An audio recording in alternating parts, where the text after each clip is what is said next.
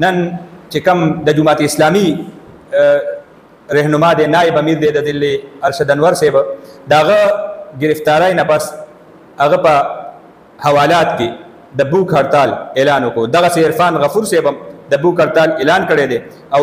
دې سره دا اعلان هم کړی دی چې زموږ احتجاج به جاري وي. د دې اعلان نه پس چونکې جماعت اسلامي ضلعي رهنما گرفتار دی نو جماعت اسلامي د معاملې ته راټوپ کولو. السلام علیکم ګرانو کتونکو، دین تفهیم ګرانو کتونکو، نن پیرپای کې په جی ټي روډ باندې چې کوم میدان لګېدلی او د پیرپای لوډ شیډینګ خلاف د بجلی د عدم موجودګۍ خلاف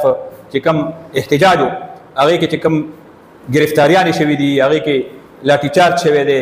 او د خلکو چې کوم نن میدان جنگ جوړ شوی او دا جی ټي روډ هغې نه پس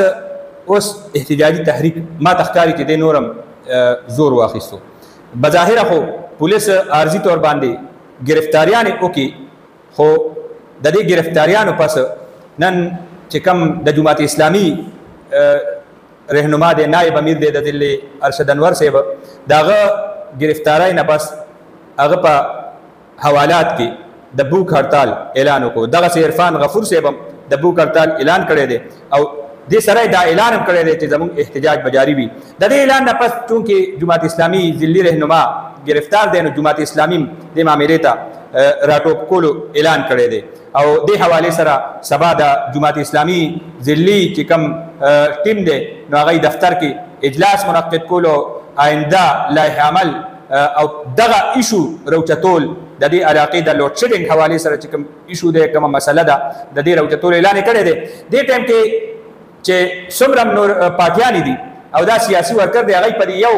نقطه باندې متفق دي چې موږ ته بجلي پکار ده. پیرپای موږ وایو چې دا داسې علاقه ده چې دې ته مینی ولایت ویلی شي او دلته کې تعلیم دی، شعور دی او دا د دې ټولې ضلعې نه مختلف ده، خو د تېر څه وخت نه دا په عذاب کې مبتلا ده او د خپل شیډیول نه زیات د دې لوډ شیډینګ دی. بل د دې خلکو اعلان دا دی چې موږ نه بره چې کومې بټۍ دي د هغوی د اغلا موږ باندې راځي نو دا موږ نه کټ کوي. نو جایز مطالبات دي او دې سره سره به زه خبره وکړم نن چې کوم لوډ شیډینګ خلاف کوم احتجاج او دغه بنیاد باندې بیا چې کومه میدان لګېدو، لاټي چارج شو او ګرفتاریانې وشوې، نو دې دوران کې ډېرو خلکو د مونږ خبرونه واورېدل چې ایم این ایز، ایم پی ایز او هر چا د خپل خپل مرضی یو اواز شروع کو. مونږ دې حوالې سره کلاو خبره کړې ده چې چونکې مرکزي محکمه ده وابدا او دلته صوبایي حکومت د دواړو ترمنځ یو خلیج موجود دی او د دوی په منځ کې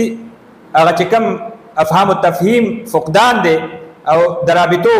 نشوالی دی نو د هغې اثر په عوامو باندې پروزي. زه ما نن کتلی دي چې